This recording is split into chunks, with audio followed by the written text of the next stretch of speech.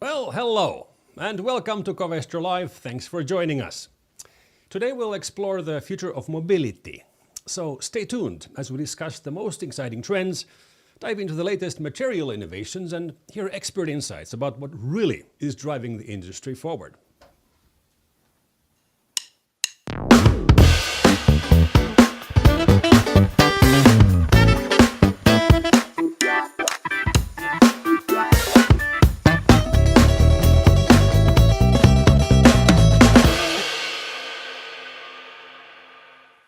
Yes, hello everyone, and welcome back to Covestro Live.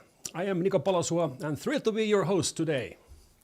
I am sitting, by the way, in a virtual version of one of Covestro's concept cars. This one is from 2019.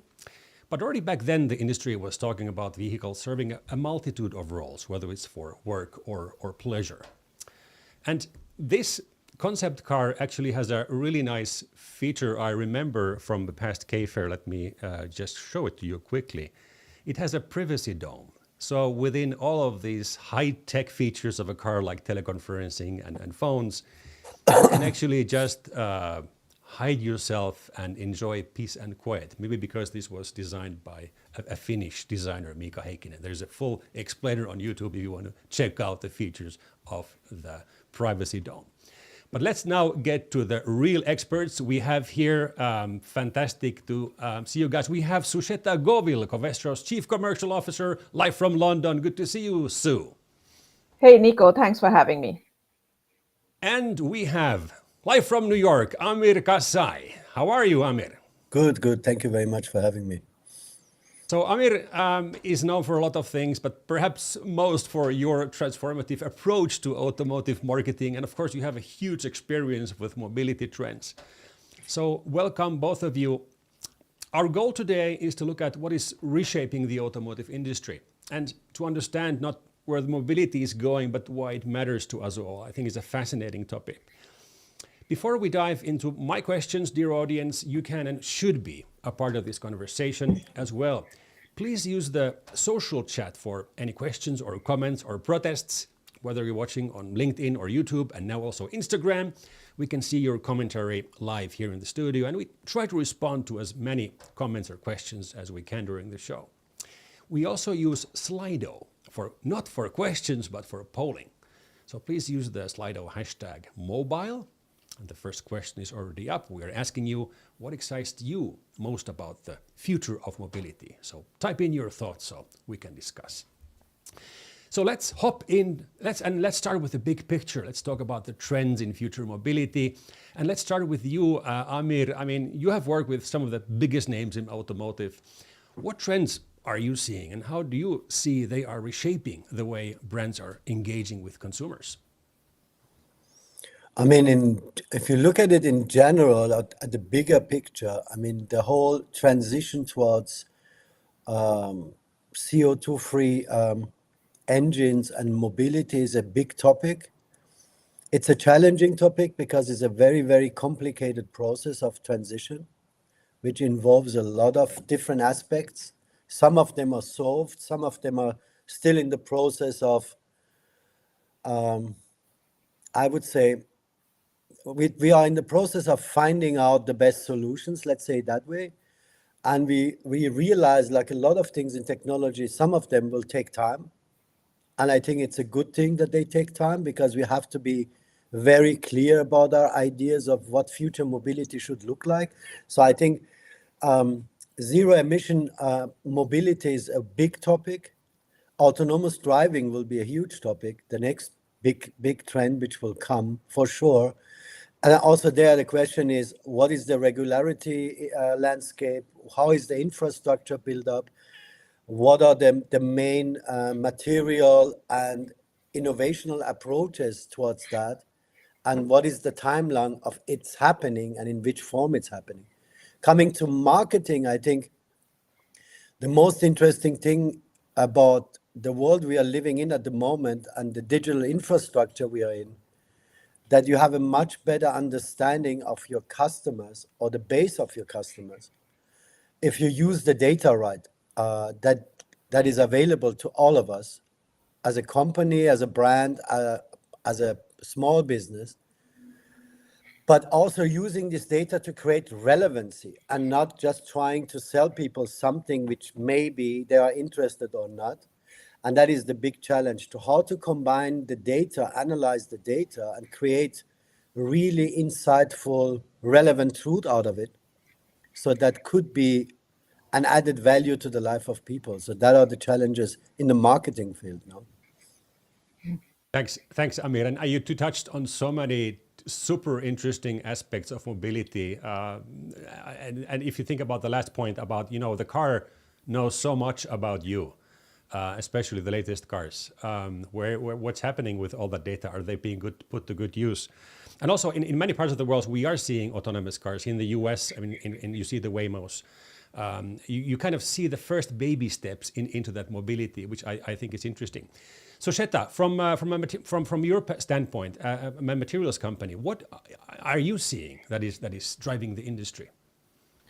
Yeah, thanks, Nico. And firstly, I'd like to just thank Amir, because he made such astute and relevant points on relevancy, on CO2 emissions, and most importantly, the fact that any movements, whether in this industry or otherwise, should lead to increasing relevancy and also maybe increasing ease towards folks who use it.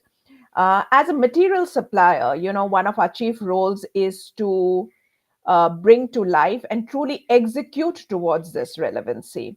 And maybe I step back a little bit, Nico, Amir, and talk to this. As you know, cars are, for those who've heard me before, cars are very close to my heart, all the way from, yes, being a petrol head way back in the future, following Formula One, driving in rallies myself, but also now really fiercely pushing future mobility, even solar cars with our Sonnenwagen, and the materials which go into really the intersection of sustainability, but also mobility of the future. But let's look at some statistics, Nico. Worldwide, 1.3 billion vehicles, and I'm talking about private vehicles now in use. Private cars are 45%. I mean, that's a huge number of all trips. And even if you take per caps, per caps huge. Of course, the US stands pretty high at upwards of 800 vehicles per thousand per caps. And China, even though it's on the lower end on the per caps, 219 per thousand, still accounts for 300 million vehicles. Yeah, that's once again a huge number. I'm talking about private trips here. So it's no surprise that when people talk about future mobility, and Amir talks about this, there are various factors that come into use. Yes, at one stage, it is all about sustainability, driving down CO2 emissions. But at another level, I think what's really critical is that whole relevancy part. And me as a person on the road would like ease of driving.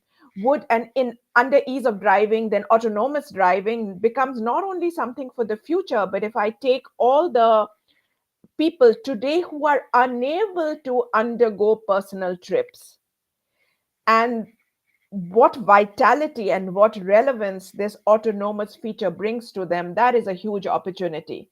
And that word is, one single word, autonomous, in that sense. But what does it entail from a material supplier? For example, it entails, do I, as a material supplier, know what materials I should use? For example, LiDAR cameras, so that it enables automotive driving. We are working along with Webasto for roof modules.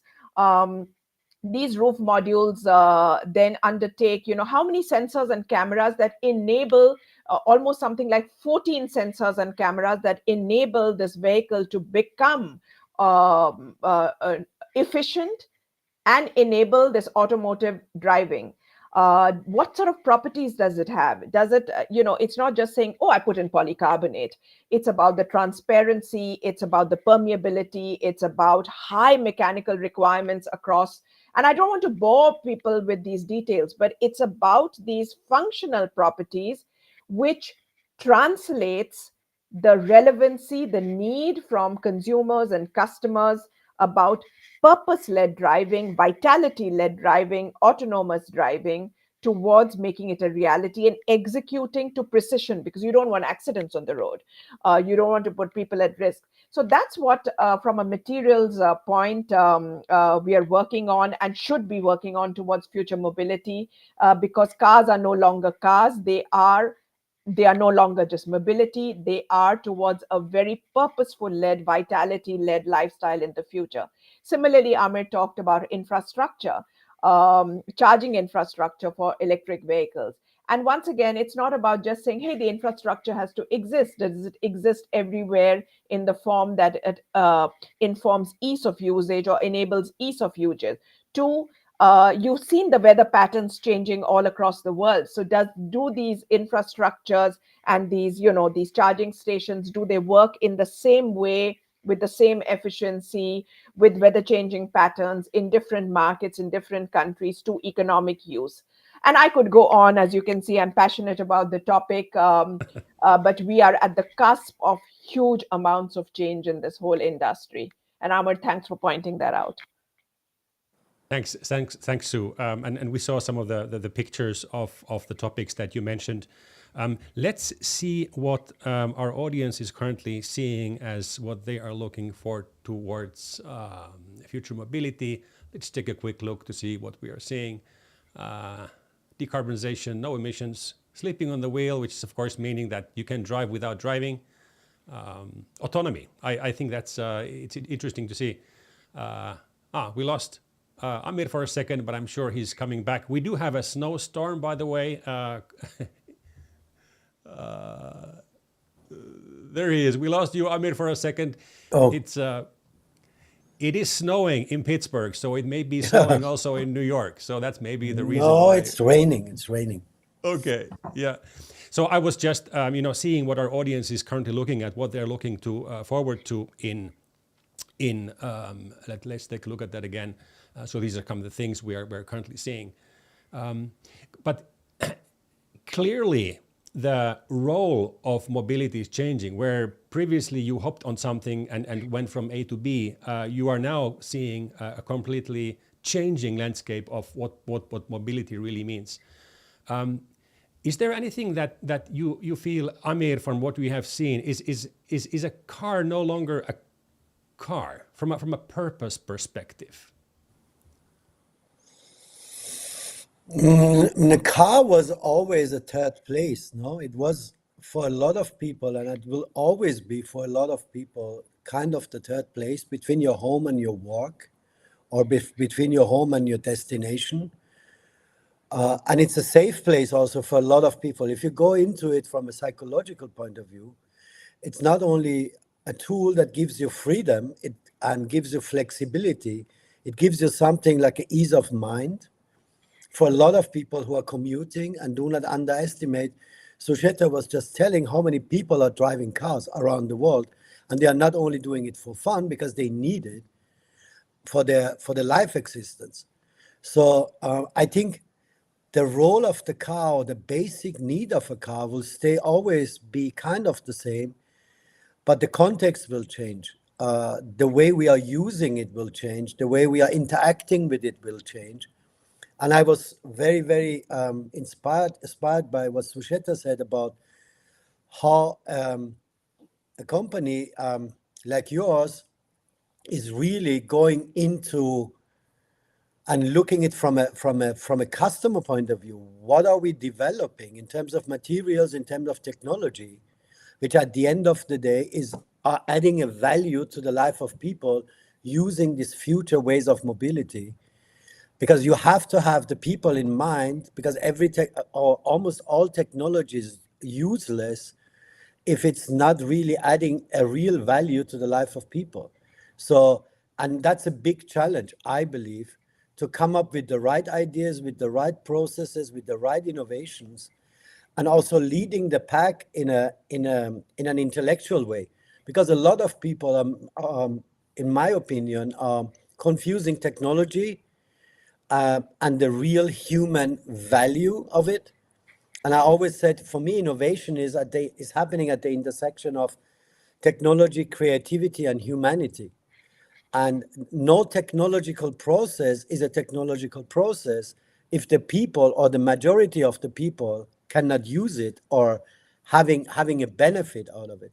So I loved what Sucheta said about how you guys are approaching technology and innovation from a customer point of view and with the humanity in mind, which is great, I believe. Yeah. And maybe I jump in here, Nico, since Amir brings about the whole humanity aspect. And in recent times, both governments as well as individuals and corporations have rightfully made this huge push towards sustainability and a huge push towards reduction of carbon emissions. Um, and then, nonetheless, as Amir rightfully pointed out, a car is a car is a car, like a can of soup is a can of soup is a can of soup. And essentially it does have that basic feature of getting from point A to point B, and I'm not talking about virtually but in a real term. So to that extent, if that's the case, and we do want to purposefully enable people's life and not make them feel guilty each time that they hop into the car thinking of the liters or gallons of petrol or diesel used. It's not about just saying, hey, switch to an EV. It's just really not about. It's about making it, yes, affordable, but it's also convenient. And I can tell you, Nico and Amir, how many times I'm out in the vehicle and I'm kind of wondering when is the next charging station coming up, or if it's dark on the motorway. I'm not even talking about autonomous driving here. I'm talking about just pure simple convenience. If it's dark on the motorway, am I going to be at the next charging point, and would I have to wait a long time before my car charged? Two, am I already being heckled by my children to say, hey, you could have taken a train rather than hop into a car each time for an individual drive? And I think the combination of convenience but also sustainability starts playing such an important factor in this. And there, it's not just about materials and innovation and vitality towards this humanity factor. It's also about then huge amounts of innovative collaborations. Let's take that whole charging point. If markets and countries have to have, for people like me who worry about when is the next charging point going to come up, am I going to feel worried as a woman stepping out to charge my car or whatever happens, then that charging structure has to be enabled in a very fearful fashion. Two, as a mom, if I'm sort of worried about hey, every time I step into the car, I'm really costing the planet huge amounts of in negative ways, then yeah, the collaboration. And we've got some interesting projects of taking waste of tires. I mean, tires, can you believe it? With Borealis, with Neste, towards and thanks for the picture, towards headlamps. And I think it's these collaborations, it's this fearful look at enabling humanity, purpose, relevance, convenience that will shape future mobility in a very definitive fashion. Yeah, and I will ask you also, Amir, about sustainability. Before we go there, actually, let's ask our audience. Thank you again for putting in your polls about what excites you about mobility, because I think mobility and why you choose your vehicle means so many different things to different people, where they are on the planet and what's important to them. So let's actually ask a second question to the Slido, which is now up and running. Let me just show you what we are asking this time. So we are now asking you, what mobility feature do you think will be most essential in the future? Is it autonomy, really? Is it more sustainable materials? Something I would like to dive into next.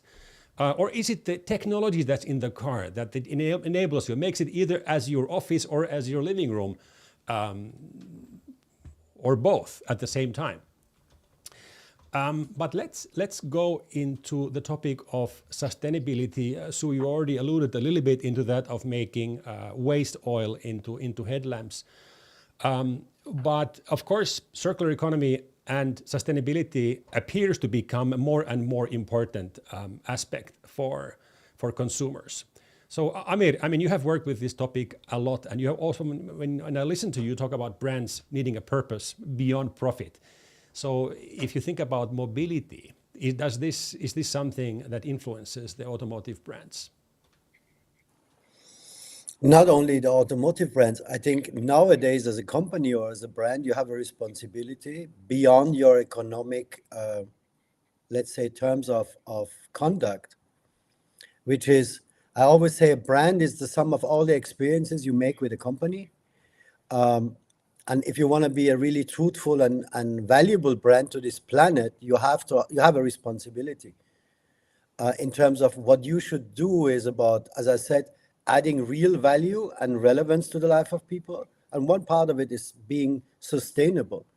And sustainable not only in terms of how you are using the whole ecosystem of what you're producing, how you distribute it, and what you do with it when the life cycle is over, but also sustainability in terms of how you define your success as a company, which is for me more about qualitative growth and less quantitative growth, which is kind of a, let's say, illogical context in the times that we are living, because the way that a company is evaluated at the moment is not mainly based on qualitative growth.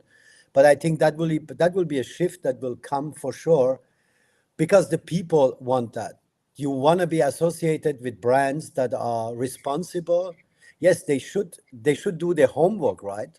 So you want to have an added value from them in their category that they are in, but they should look beyond the horizon and try to be responsible, sustainable, but also caring, no? And that is what the people want.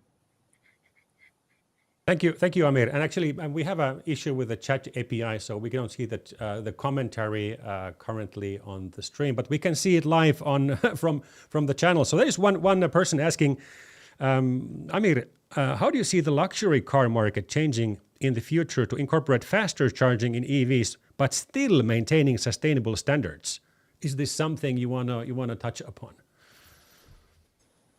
I mean, the first question is, I mean, that is what everybody, as I said, in the car industry is struggling at the moment. The whole definition of a luxury car is changing. Yeah. I remember as I grew up, everybody dreamed of one day, if you're successful and you're making enough money and you have a career, you will buy a Mercedes, because that was like a status symbol of you showing other people what you achieved. And I think the whole definition of luxury is a different one. It's not about status anymore. And it's a big challenge for all the luxury brands, not only in the car industry, to define luxury in the context of this new age in the right way. And I think luxury will mean in this definition also a company who is leading the pack in terms of sustainability, real human innovation, and giving real value to life of people in their products and in their ecosystems. But it's a tough one. I mean, it's a big challenge for a lot of the legacy brands to transform themselves into this new definition of luxury, no? Fascinating. Absolutely fascinating. I think how the perception of what luxury really means in the sustainable age means. And let's go into the material side of sustainability. Sucheta, you already mentioned the example with Borealis and waste oils into car lamps. And I mean, Covestro, we know, has been pushing boundaries with recyclable materials for a long time. So can you share a little bit of some of your insights on what the circular economy plays into the automotive industry future? Well, Nico, firstly, Amir raised such an important point on the definition of luxury, and maybe I get a little bit more materially clinical about it. Firstly, I don't think it's a question any longer, though governments may flip-flop and though different geographies may flip-flop on this a little bit, but it's no longer a choice. It's no longer saying, are we likely to be circular or not likely to be circular? I do believe it's an imperative, and it's more a question of when the whole industry and market absolutely flips and pivots into this new way of an automotive industry, not just for private vehicles, but also for other forms of transport, to becoming fully circular. We do know the EU legislation's already coming about on closed loop recycling, etc. But more importantly, because I shouldn't just be talking about the policies that come in. What is possible, even today, what is possible? And let's talk about Covestro.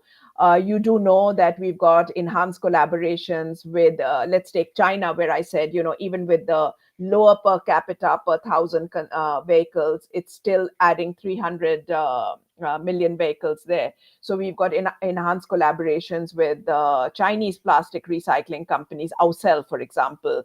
And here we are recycling things like polycarbonate water barrels.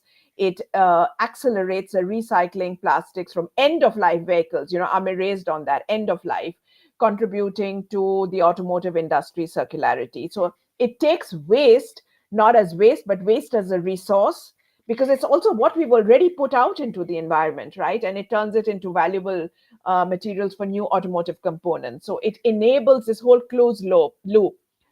Secondly, of course, there's the whole challenge today of growing this share of recycled materials in cars, because there's always this little bit of a doubt about, what's the role of these recycled materials? Do they perform to the same efficiency? What's the reverse value chain of collecting them, etc., etc.? So in this case, for example, more sustainable future raw materials could be from post-consumer packaging waste. Polyurethane foam in the car seats not only aids comfort, but it also aids efficiency. But could we take this whole PU-based, polyurethane-based components and recycle them at the end of the vehicle's life cycle? And our vision for the future, and that's what we're working on, is full PU, polyurethane recycling for end-of-life vehicles, and the PU foam becoming fully recyclable.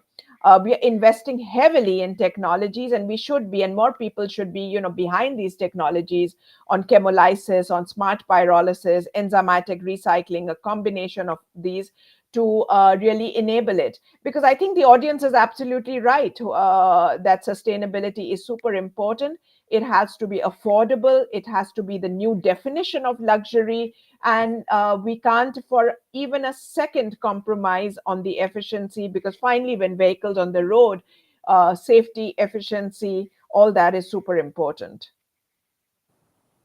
We have another audience question I would like to put in at this time. I think it's interesting because autonomy seems to be also rising up in interest. The question is, what else needs to happen before cars can drive themselves? Where do we currently stand? You may not be autonomous driving experts, or maybe you are. you wanna take a crack at this question? Yeah. So maybe first I jump in on a personal experience some years ago, Nico, and actually Amir probably knows much more about this area than I do, but I take a personal example and then I go into some views, and then I'll hand over to Amir in just a second. A few years ago, and I think it was 2018, I was in San Francisco, and we got a real fantastic opportunity to see the Waymo vehicles and even take a bit of a spin around them, if you like. And they were still being tested, and in a sense, it wasn't. There was still somebody behind the wheel, not driving it. It was autonomous, but because that was the rules and regulations in that time. And I tell you, there are so many debates around, can we trust autonomous driving? Will it be able to do the things that I do about parking in tight spots?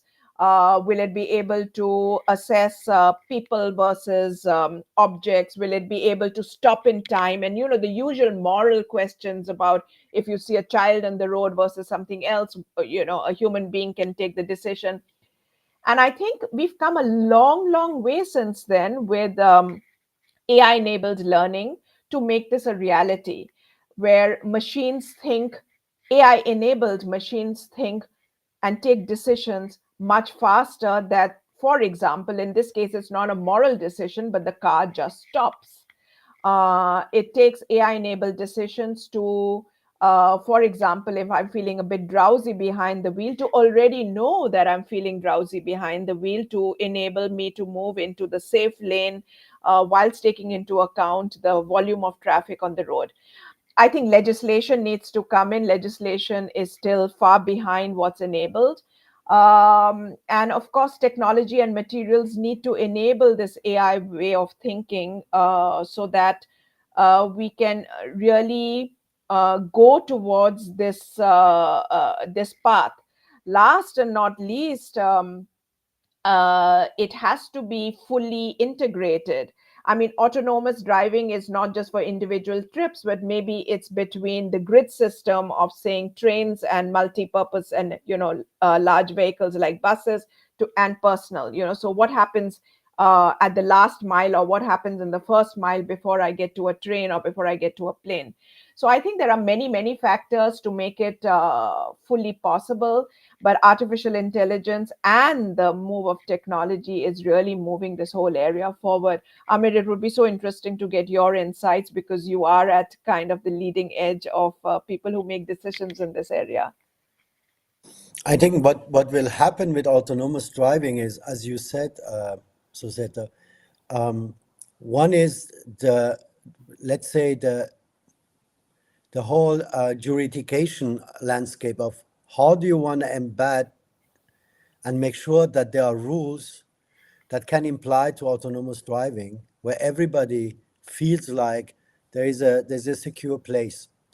The second one is, how fast do we adapt that, and in which segments do we adapt it? And I think the first segments where we will see it very fast coming is public transportation in the cities. And I believe a lot of logistic companies will use autonomous driving, which has a downside in terms of looking at what will happen with the jobs that are existing in these segments, and then you have to find a way to give a perspective to these people. I think that is the first step, that autonomous driving will have an impact in a short period of time. In the private sector, the question will be, like every technology, what is the timeline and how fast is technology adapting, and how fast the people are actually adapting them in their own lives, and removing the barriers that are existing at the moment for a lot of people to say, I don't feel comfortable with that, or I don't believe that there is the ecosystem is ready for it. So it will take time, but it will come. It will come because it will solve a lot of problems in a lot of areas. If it comes to traffic, if it's autonomous driving with the help of AI, will actually maneuver out every kind of delay or every kind of traffic, because the infrastructure knows already how to lead the vehicles and the traffic at the right time, at the right place. So there are huge benefits to it coming, but it takes time. I believe it will take time, which is a good thing again. We don't need to have all the technology tomorrow, because sometimes if you are too fast, there are some downsides which we cannot control, also with AI. And I think we need to take our time. We need to take the responsibility we have very seriously, and then bring it to the market in a way that everybody says, yes, thank you very much. It makes a huge difference, but a good difference and not a bad difference. No? Thank you, Yeah. Amir. And actually, there is some more questions coming in I would like to kind of refer to. And also, I want to talk about that concept of personalization in a vehicle. For those of our audience who have maybe not seen where we are today with the little steps of autonomy, let me just show you. This is the headquarters of Covestro Pittsburgh, and there's a Tesla on the parking lot which is driving on its own without a driver from a parking spot to the entrance.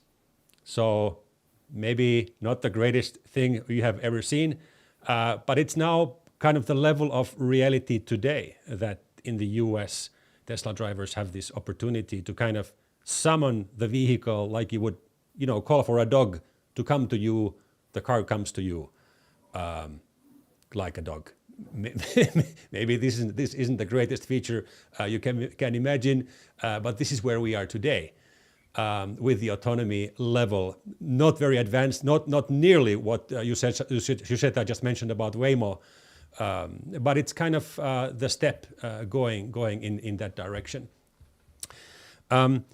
There's one question which I also want to go before we go into more personalized stuff, is that A lot of our audience is asking, will electric be the future of mobility, or should we investigate other technologies too? Because we know that electric is not the only way to go, a big topic. Would any of you guys would like to touch on that topic?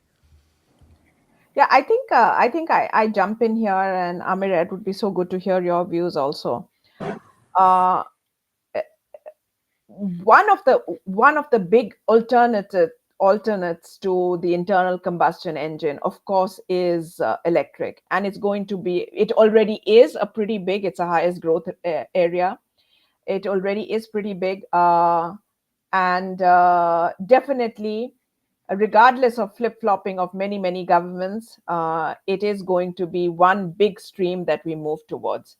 Of course, people do raise the debate on, what happens to the EV batteries, et cetera, et cetera. That's a topic of another debate. But for the moment, let's just simply, put into words what electric vehicles enable today. I think it is really important to understand that. And there will be many other technologies that come in. Simply put, today EVs don't require a cooling grill. It enables car designers to incorporate features and, back to the autonomous driving, features for autonomous drivings and design elements in the front car panel. It's a pretty simple move forward. Let's take efficiency. Forget even the aspect of sort of the EV part of it. We can have technologies which then get into other areas of both the EV on the surface, on the inside, use the space differently.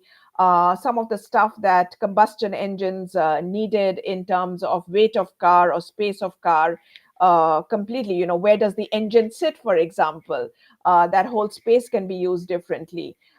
Seamless production process, the way the battery is put,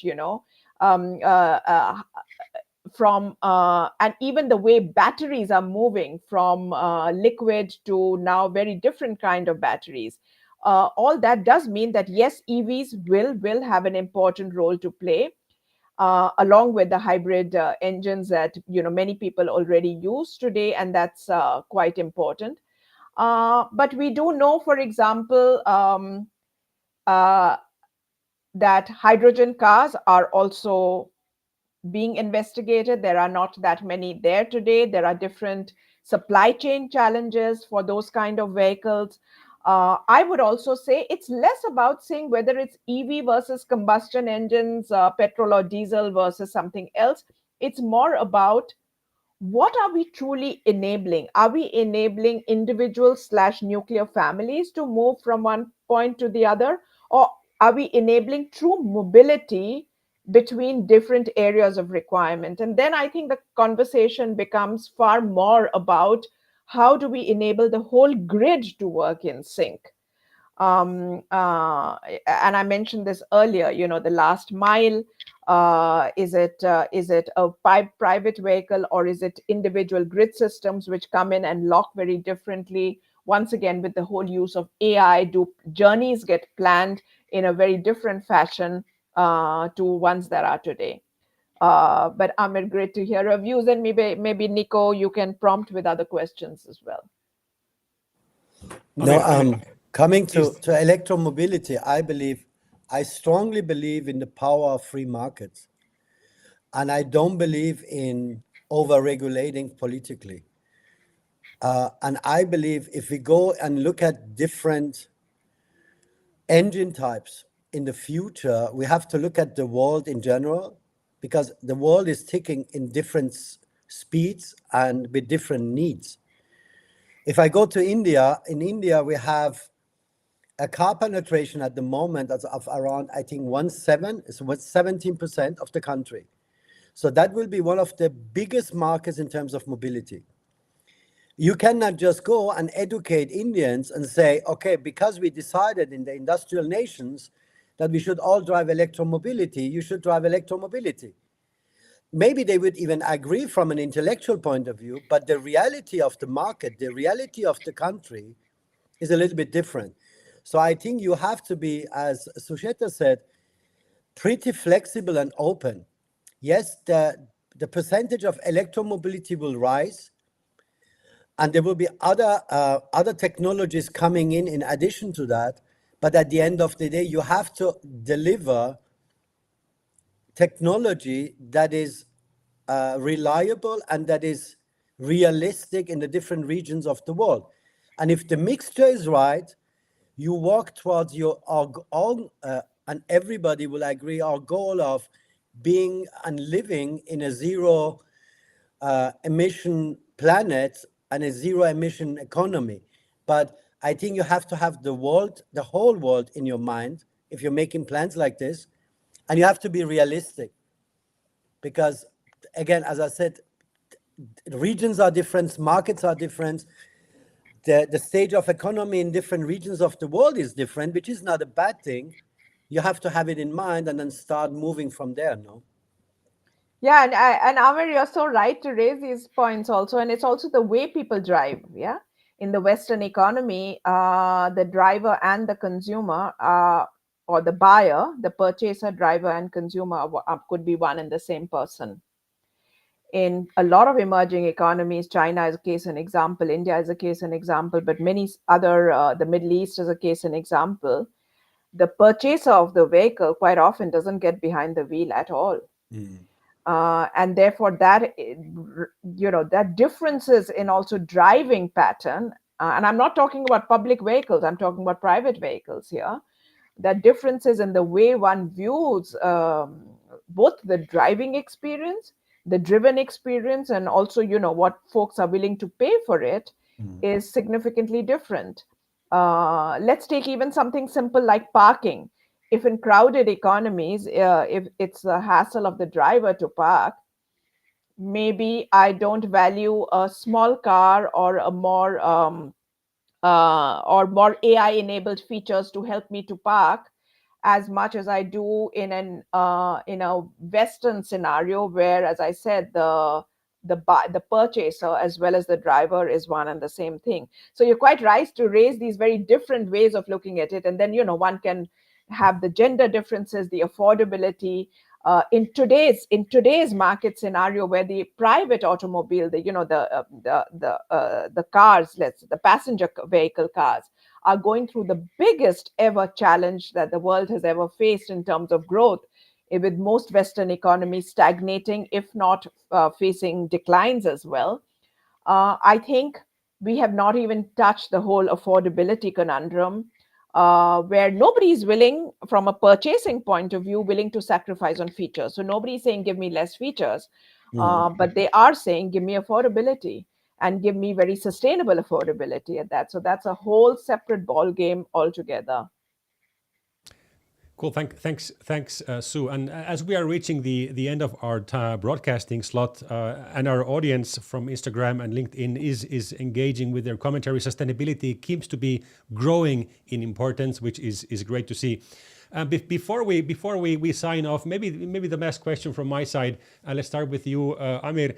What do the people of the planet have to look forward to as in 5 years they will think about, how do I move from point A to B? What is the most interesting aspect from your point of view that you are looking forward to in 5 years for mobility? It's a good question. I mean, the humanities always overestimate the speed of the adaptation of technology. We always believe that every technology we come up with or innovation will adapt very, very fast in our life, and in a lot of cases will take time. But we are underestimating the potential of technology. I think that is at the same time, and I think that is also very interesting.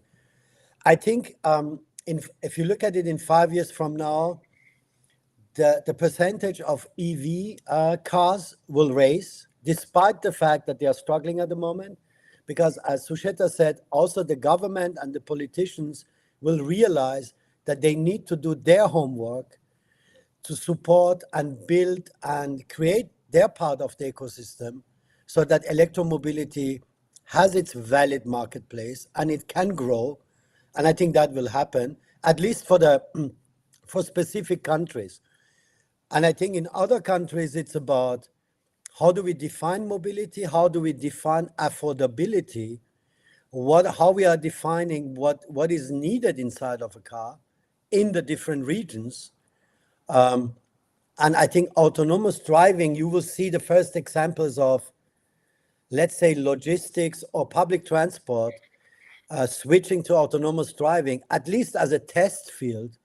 And I think that will happen in the next 4 to 5 years. Yes. Very exciting. I mean, I'm still puzzled when I see a car with nobody in it. Let me tell you, it's a scary thing. We have, you see these on the parking lots and there is nobody to look at. Again, let's go into psychology. Sucheta, what are you looking forward to for the next, in 5 years from now? How does mobility look like from your point of view? I will not operate as somebody from, I will not answer as somebody from Covestro. I will say what I think I'm looking forward to personally is a form that gets me from point A to point B, either individually or jointly, but which solves the problem like it solved the problem for me many, many years ago, but now solves the problem of affordable, sustainable, and efficient way of getting me from point A to point B. That's what I'm looking forward to. Perfect. Thank you guys so much for taking time to engage with our audience today and taking time off your busy schedules on a Friday. I do believe we have more to look forward to than to be worried about. So thank you very much also for audience for tuning in. And let's make sure that we all work towards a more sustainable mobility in the future. Thank you very much for joining. Thank you very much. Thank you for having me. Thank you. Bye-bye. Bye. Bye-bye.